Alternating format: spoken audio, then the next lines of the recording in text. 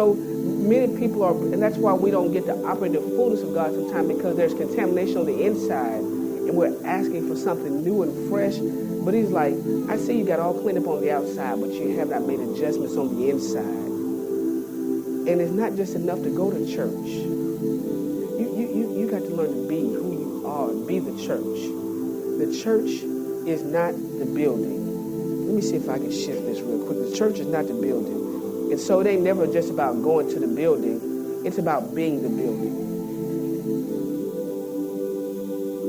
You just got to take over things today. I see. It's always looking at just take over stuff. All right. Yep, see? So check this out. Look at verse 25. Look down in the second part. He said, the outside of the cup, you spend a lot of time cleaning up. But he said on the inside, what's the two words he used on the inside of the cup? Extortion and excess. All right. Now let me bring this to the middle of the sermon already. I want you to know, in your terminology, sometimes you're doing the most on the inside. He said excess. Excess means the most. You're doing too much on the inside. You got too much going on. You're doing the most on the inside. All nice and calm, cute looking on the outside, but doing the most on the inside. I used to teach a series. I used to walk by people, and I would hear their war on the outside. They're looking cute and calm. I walk by and I hear gunfire, grenades going off, and all that kind of stuff. And I'd be like, I used to get bothered, but I used to realize what's on the inside going to show up on the outside. And that's really the title of this message is, whatever's inside of you, it's just a matter of time before it gets out of you. That's why we got to clean up our inside. Whatever's in you, it's going to come out. And you can only be fake, but for so long. You can only pretend like you like people for so long. I can promise you, you don't like Elizabeth.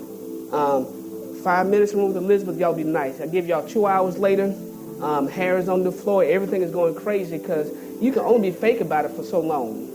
Whatever's on the inside is just a matter of time before it comes to the outside. And that's really the heart of my message today. God is bothered because what's inside is going to sabotage your future.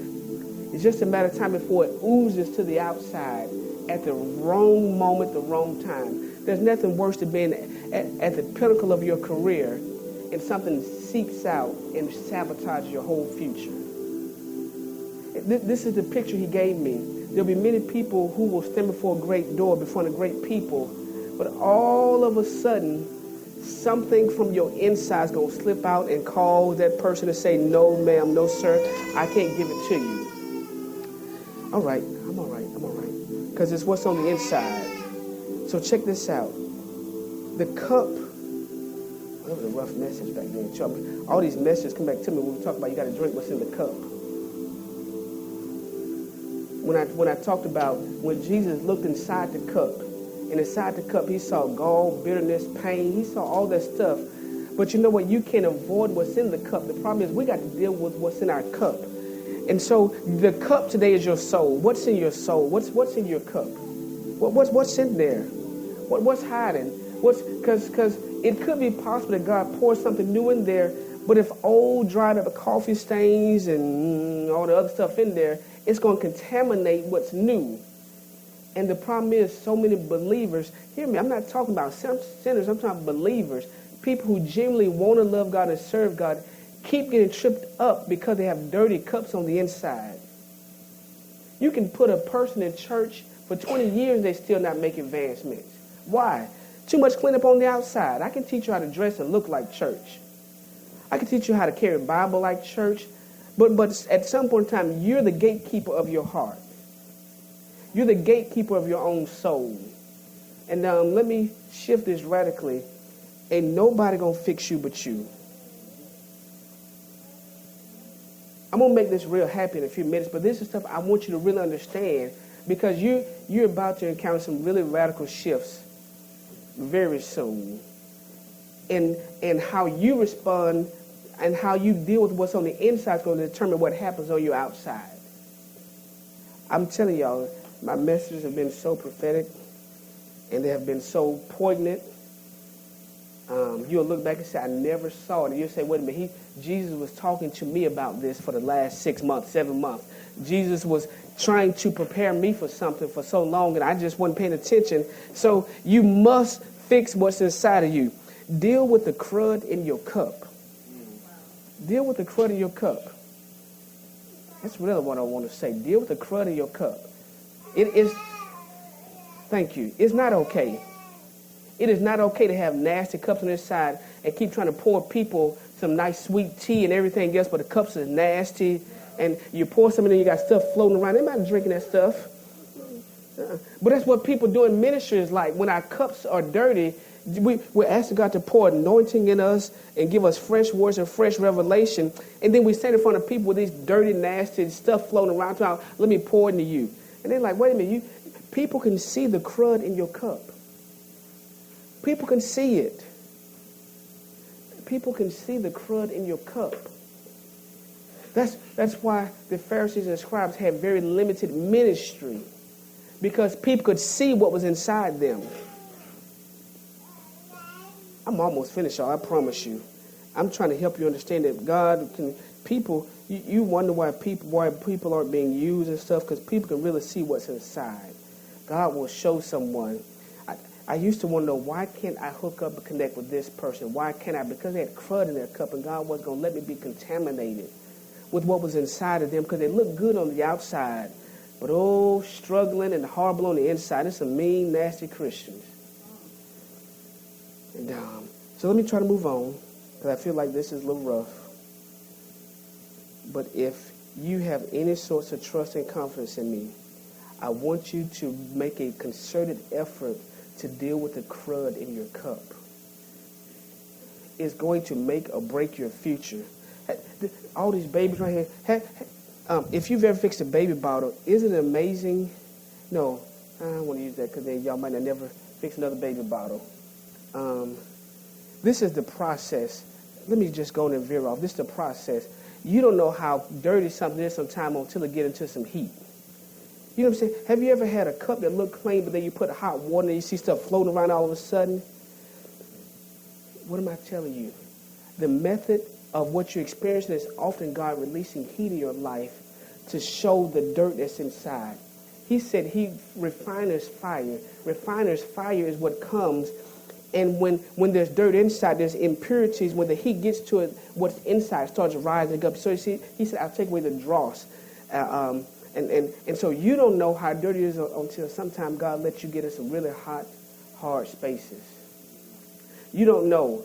And you be praying against the hard place, but God said, I need to put you in it so you'll know what's inside of you. You thought you was over that stuff. You thought you was free of it, you thought you was healed of it, thought it wasn't going to bother you no more.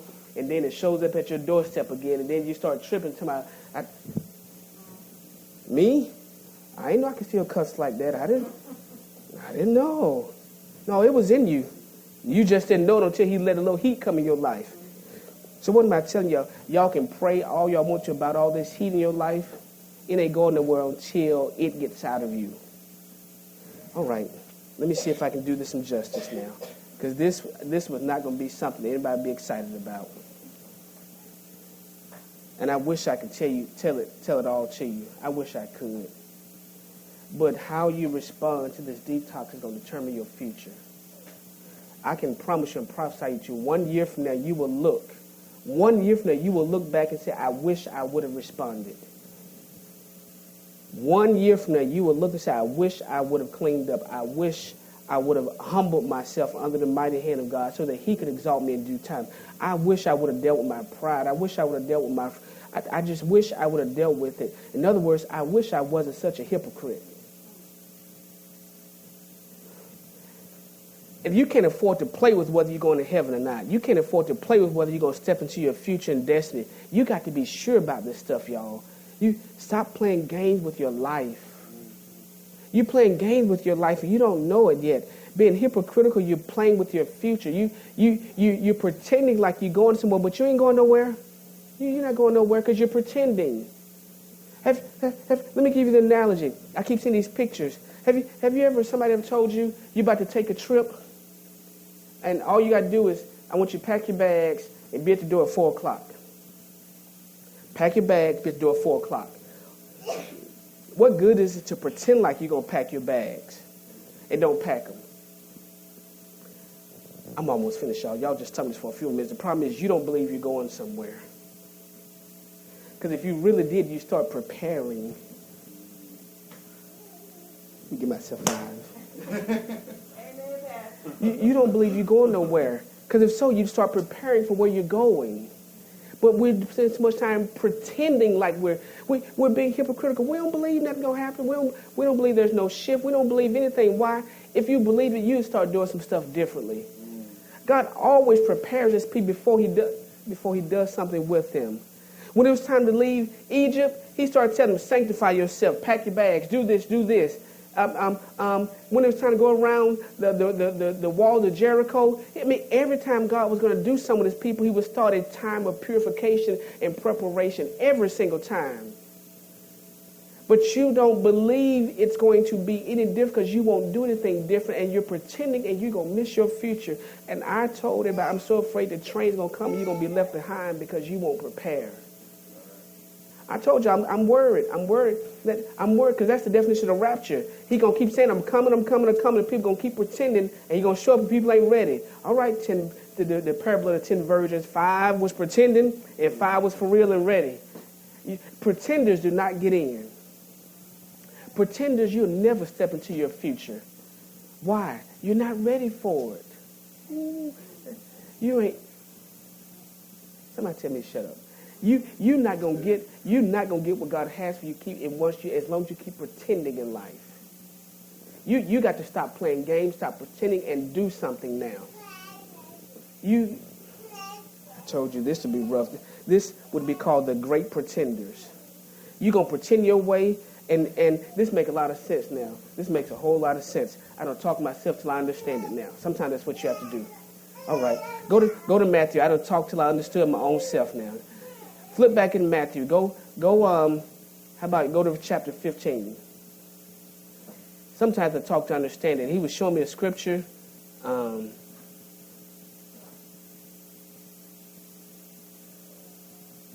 to Matthew 15. Let me see if I can help. Matthew 15, let's start at verse 10. And he called the multitude and said unto them, hear and understand. All right, y'all, this is important. Hear and understand. There's a difference. Listen and take note. Get this inside of you. Not that which goeth into the mouth defileth a man, but that which cometh out of the mouth, this defileth a man. This is kind of rough, y'all.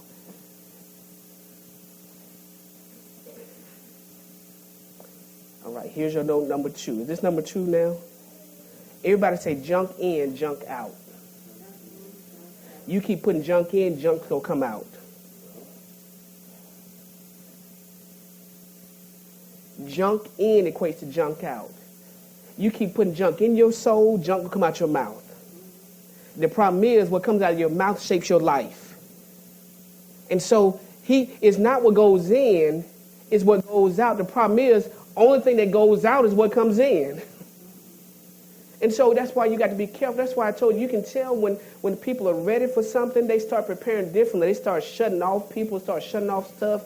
They start cutting this off. Their intake becomes different. Why? Because they realize what I put out could sabotage my future.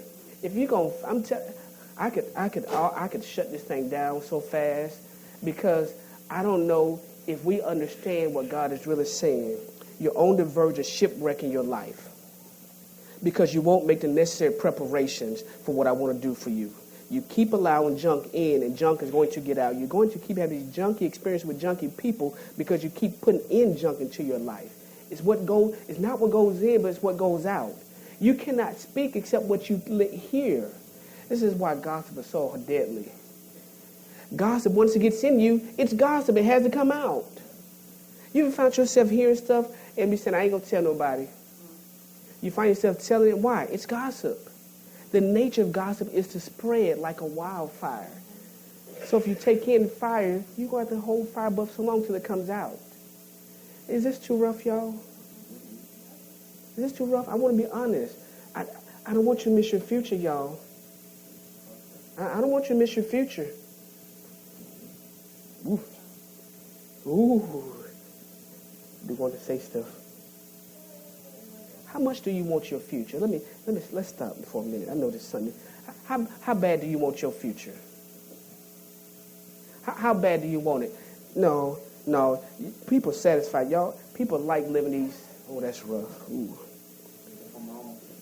People like living these crappy lives. People comfortable and complacent living just these mediocre, mundane, miserable lives. I think people just get used to it. I'm convinced, because you can't tell me that people want something better when they won't do nothing different. You can't tell me that. You can't. Even if I don't know what to do, I'll do something different. You ain't got to know everything, but just do something different. You know what I'm saying? When you unhook from relationships, you don't know what to do. You just know I ain't calling you no more. I don't know what I'm going to do next, but all I do know is I ain't calling you. How am I going to get through this? I don't know. But what I do know is it won't be with you. That's all I do know. You know, you've had these experiences where you be like, I'm going to move on. I don't know how I'm going to do it, but what I do know is it won't be with you. What you going to do tomorrow? I don't know.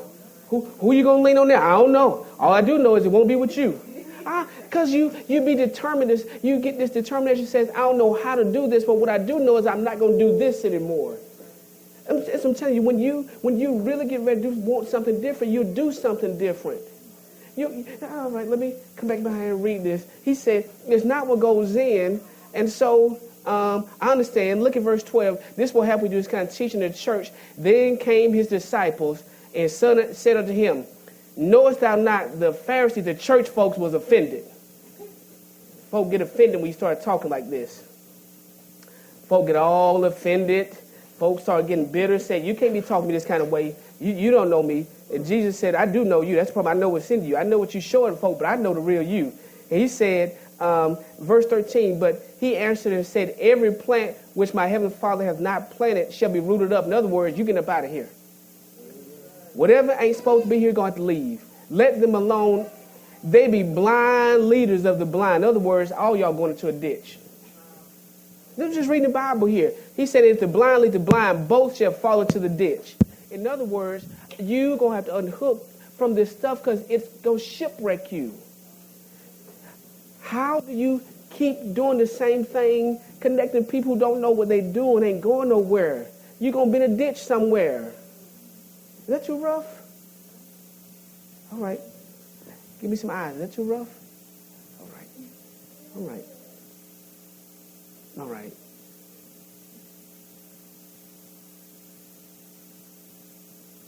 Look at verse 17 and 18. So I just want to teach this. I want to teach you this principle. Do you not understand that whatsoever entereth in at the mouth goeth into the belly, and is cast out into the drought? Look at verse 18 very carefully. But those things which proceed out of the mouth come forth from the heart, and they defile the man. So here I want to tell you, stop pretending you really meant what you said. You really meant it.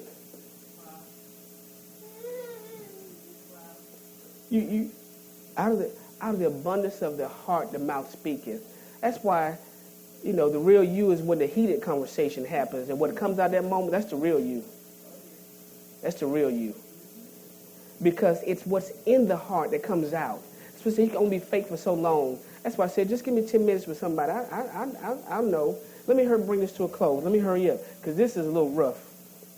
For out of the heart proceed, look what's in your heart. Your heart proceed evil thoughts, murders, adulteries, fornication, theft, fault when it's blasphemous. These are things which defile a man. So listen, hear me very carefully. There's stuff in your heart that you don't know about that God wants to deal with.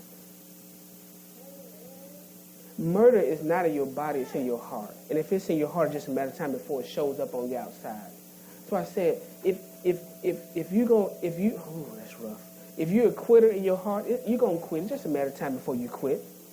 Because it's what's in your heart. If you're a winner, it's just a matter of time before you win. It's whatever is in you is going to come out. This is why I want you to be concerned with what's in you, not what's. I want you to be very concerned with what's in you. You ain't got to go confessing to everybody else, but I want you to be concerned with what's in me. What's my real motive? What's my real motive? Why am I doing this kind of stuff? Why? You want to know?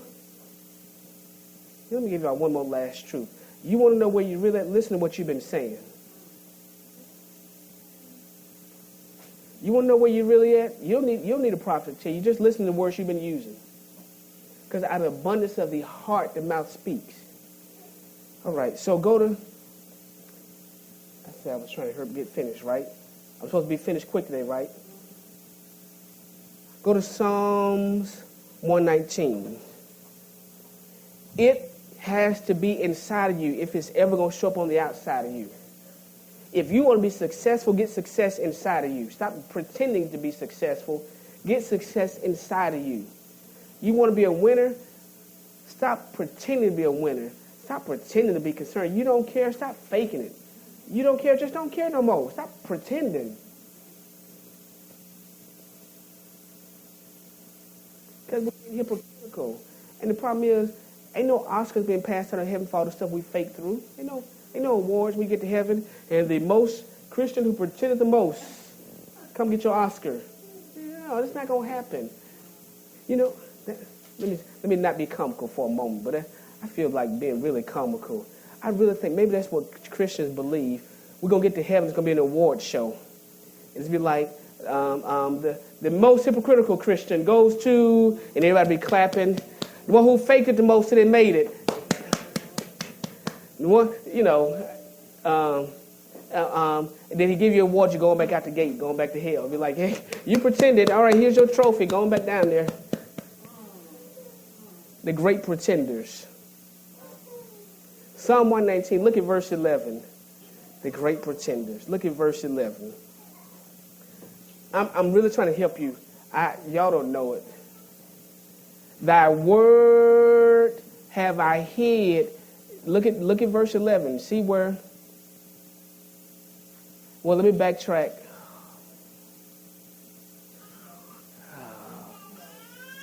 Look at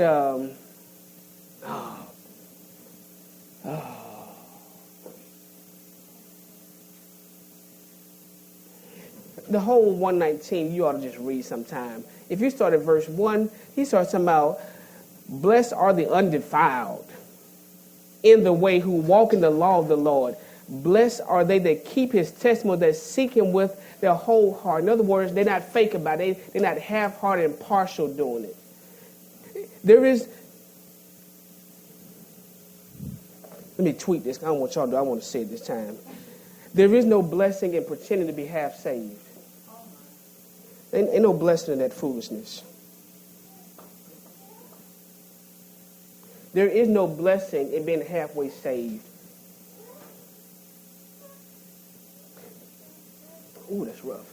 There's no blessing in being halfway delivered. Ain't no blessing in that.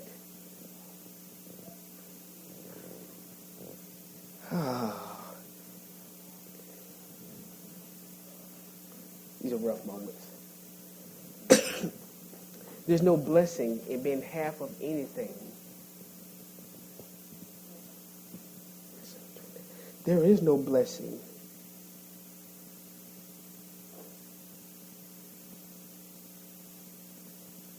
Y'all just forgive me. I told you it's a different day. All right, keep reading. Keep reading. Keep reading. I just want to show you this so I can get out of here. I want to show you this. He said that seeking with the whole heart. Now, go down to verse 10 and verse 9. Wherewithal shall a young man cleanse his ways? In other words, what's the method? What hope do I have of cleaning up my insides? Well, how do I get clean? How do I stop being hypocritical and being fake about this thing? How do I stop doing it? He says, by taking heed thereto according to thy word. With my whole heart have I sought thee. Oh, let me not wander from thy commandments. Thy commandments is his word. In other words, said the word is the only thing that's able to save your soul. You ain't no wishing. I'm just about finished now, I promise you. You can wish you be saved all you want to, it ain't going to happen. You can wish your way into somebody. Your wishes only goes as great as the star you wish upon. Life is not based upon wishing something. You got to work it. You got to do something. You just don't wish yourself to be successful. I wish myself a millionaire. It don't come that way. Because even if God gives it to me, I got to get up somewhere and go get it. All right. So verse 11. Thy word have I hid in my heart. What's inside of you? Now, I'm really finished. What's inside of you? Junk in, junk out. If you don't learn to get this word inside your heart, you're going to shipwreck this year. If you don't get this stuff in you, you're going to shipwreck and sabotage. You're going to miss the train. I can promise you. You're going to miss the train if you ain't got it in you. When the train come, only those that's ready going to get on board. Thy word have I hid in my heart, and the results of me putting it in my heart is that I won't sin against you. The only antidote for missing it is putting word inside. Because if word is inside, then the results of the word get on the outside. See how this works? It's my control, my future by what I put inside of me. That's why God said you got to clean up your soul, because if it's cruddy and cluttered and everything else, it's going to be on the outside of you. And you'll keep having these cluster experiences. I'm partially, well, no, let me take it back. I can't even teach y'all. That's error. There's no partial salvation. It's either we are or you aren't. It's really not a partial. But you're pretending. And I'm so afraid people, anyway. Verse 11. Thy word have I hid in my heart. I keep telling y'all, you better get you some scripture this year. All right. I told y'all for 6 weeks. When the shift comes and life hits you, what's in you is going to come out of you this year. I told y'all. I've been saying that since probably beginning of January. Something's going to come this year. And only what you got inside you is going to save you. And if you ain't got it in you, you ain't going to get no help this year. And I've been saying that the whole year. I'm trying to make it real clear. When I said it in January, I didn't understand it. I understand it clearly now, but I didn't understand it then. We prophesy in part, we know in part. But when he comes, the closer he comes, the closer you, the better you see it. If you don't get it, fix yourself before you wreck yourself, all right? Fix yourself before you wreck yourself. Fix yourself. The conclusion, Proverbs 4:23, we keep talking about all this heart. We keep talking about the heart, the heart, the heart. I'm telling you, God knows your heart. All this junk in there, God knows it. He's not bothered by it. He's only bothered by when you ain't bothered by it. So that's the difference. He ain't bothered when you know your heart got stuff in it. He's bothered when you're going to be hypocritical and fake about it. When you're going around saying, it ain't me, it's everybody else. It's just First Lady. It ain't. She just talked that way to everybody. No, you just reject it. So whoever talked to you that way, you're going to experience the same thing. It ain't one person. It's what's in you that's going to shipwreck you. It's the heart. You see Proverbs 4:23, it says, guard, garrison, surround, keep your heart. Why? Because out of it's going to flow your life. Whatever you get, and so if crud is in your heart, all right, I'm done now. If you keep liking this cruddy life, keep letting crud be in your heart. I'm so telling you, God, is how you operate in these limited measures of success. Because he doesn't get glory when you limit, when you're minimally blessed. He doesn't get glory out of that. I hope y'all really hear me today. This was not something, I wish I could, I'm not released to say all that. Many will find themselves in the same trap of life soon because you did not adhere to the teachings of the gospel. It's on you to adhere to what you hear. My son, my daughter, incline thy ear. That's what the Bible says, incline thy ear. And if you don't incline your ear, you will be stuck and stay stuck. And let me tell you, tow trucks only come every so often in life. I'm just trying to teach you. I know this is coming kind of hard today, but I'm telling you, tow trucks don't just drive up and down the interstate looking for broke folks. That car If it drive by, if the car's supposed to be here, the car there, that tow truck keep on going. Why? Because somebody else is broke in a ditch and going to pay to get themselves out. The tow truck. Because so much is stuck in the ditch, and there's some stuff and people that don't want to be in the ditch anymore. And the tow truck will keep moving. How you respond is going to determine whether you get hooked up and pulled out or you stay in it.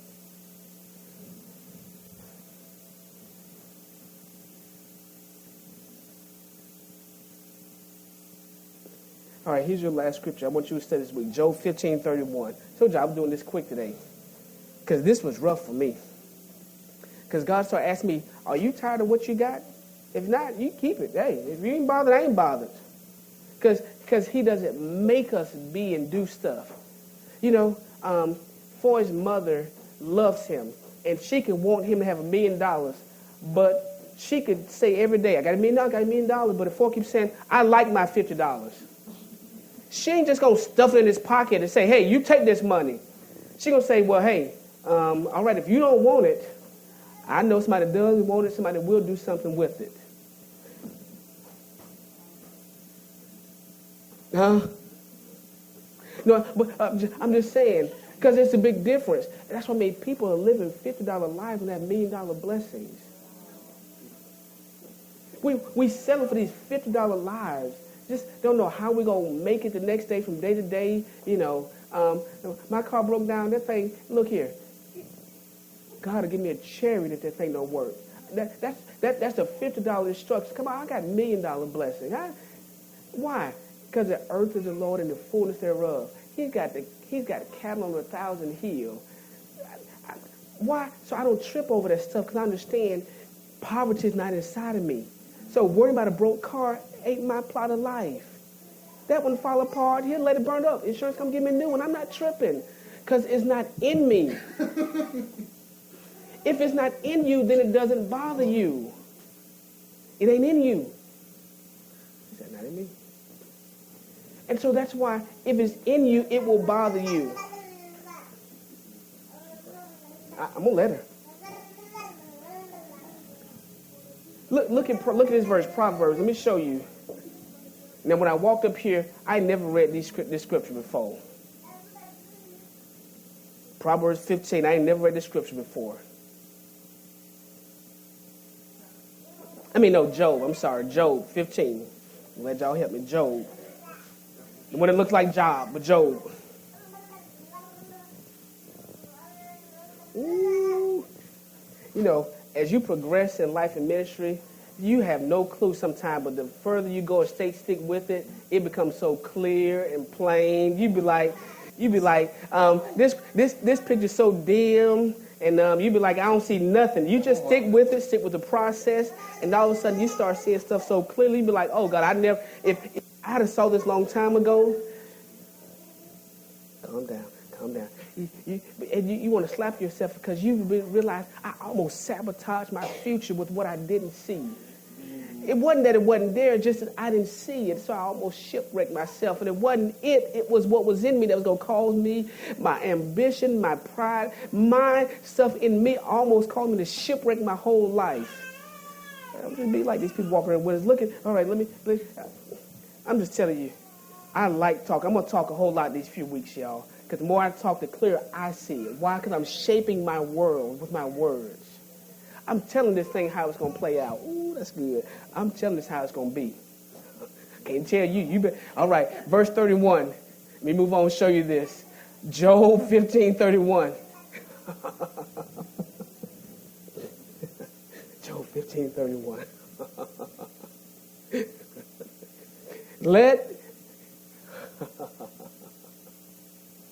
Y'all don't know. I can't tell you why I'm laughing. Oh, let not him that is deceived trust in vanity. Don't you trust in your deception. If you don't see it clearly, trust you deceived. Oh, this is a good place to end on. Let not him that's deceived trust it. in its vanity. In other words, don't fall in love with your foolishness. That crazy stuff you're looking at, don't get hooked up to it. Oh, that's not the right interpretation. Let not him that is deceived. In other words, can I tell you the truth? Deceived means, oh, that's not what I want to say. That's not what I want to close on. This is not what I want to close on. This is not it. This is not it. I don't want to close on this. Deceived in the Hebrew, in this one, this is not my notes, y'all. I got up here, and when y'all was singing, God just opened up the Bible and showed me this one scripture. This is what deceive means. Let not him that is going back and forth, vacillating, I'm reading, staggering. In other words, let not him who is not sure. I know. Job 15:31. You got to know what you know these days. Don't operate in this. What's the word? Double-minded. Don't. Vacillate means go back and forth. I'm talking to myself. Don't operate in going back and forth. Pick your course and go after it. Set you a course. Chart you a path and set a blaze down that thing. Let history be said, if he died giving his all, even if it's at the wrong thing. At least he wasn't half-hearted going nowhere. Spent 50 years half-hearted making 2-mile progress. Man, if I'm gonna be 50 years doing something, I'm gonna be if I'm gonna be wrong, I'm gonna be all the way wrong. I ain't gonna be just walking around in this wandering wilderness. Because why? Here's the end of the verse for it. This will bless you. He said, for vanity, meaning what they imagine will be their reward. In other words, the foolishness you imagine, that's exactly what you're gonna get. Oh, the silly thoughts you think is going to be what comes to you. He said, whatever you're doing in your vanity is going to be your reward. I wouldn't want to have to prophesy that on nobody. I would not want to have to launch off that scripture. For your double-mindedness shall cause you to have a double life. It said your vanity shall be your recompense, your reward. In other words, the results of what's inside of you will cause you to have just that and nothing more. So I say you're not going to rise above where you are on the inside. It's deception. You ain't all right. Stop being fake about it. You messed up. Because your deception going to cause you to just go around this circle, this cycle, this wilderness, and just go round and round. And Job 15:31. I'm gonna do some Periscope this week, y'all. Don't watch. Don't watch though. Don't watch. I want y'all to watch. I want y'all to say he talking about he. I've been collecting a list of stuff, and every day more content comes to me, and this is one of them. And I'm gonna tell you what my first one's gonna be. It's just a matter of time before what's in you gets out of you, and that's offensive. Because, people want to start sleeping around. I don't care how much you stay inside your house. You're going to sleep around with somebody if it's in you. Oh, quit it. Oh, you all right. You see? She said, not around y'all. I just want to cry around y'all. I'll wait till I get away from y'all. The condemnation is not that it's in you. The condemnation of the message, the conviction of the message is deal with what's in you. That it's not. I don't want you to walk and condemn that it's in you. Deal with what's in you. Now, let me sit right here and just have this quick conversation. If you knew that in December, all right, if I knew that December 31st, I would get $1 million if I lost 12 pounds, I wouldn't wait till November. I'd lose 12 right now and maintain it the whole time frame. Why?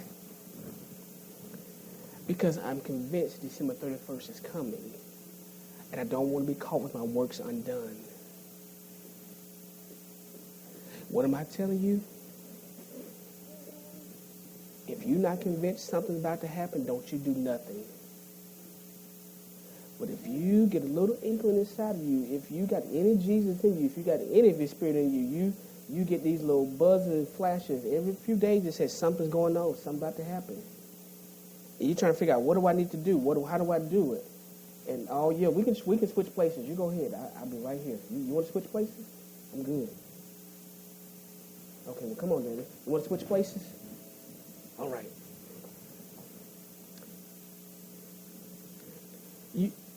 If you are not convinced that something's going to happen, don't do nothing different. And I promise you, you will be right where you are. But if you got any sort of his spirit in you, you know very well something's about to happen. You know it. And you need to start preparing yourself for it.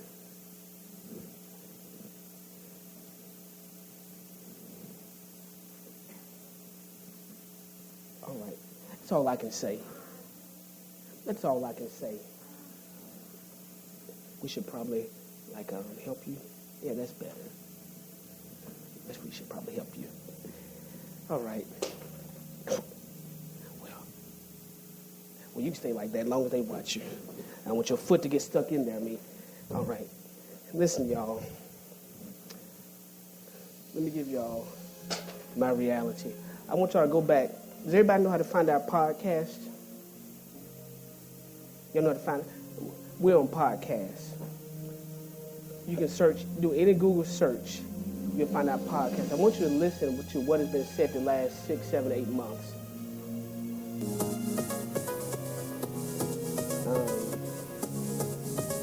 Because I have told you very emphatically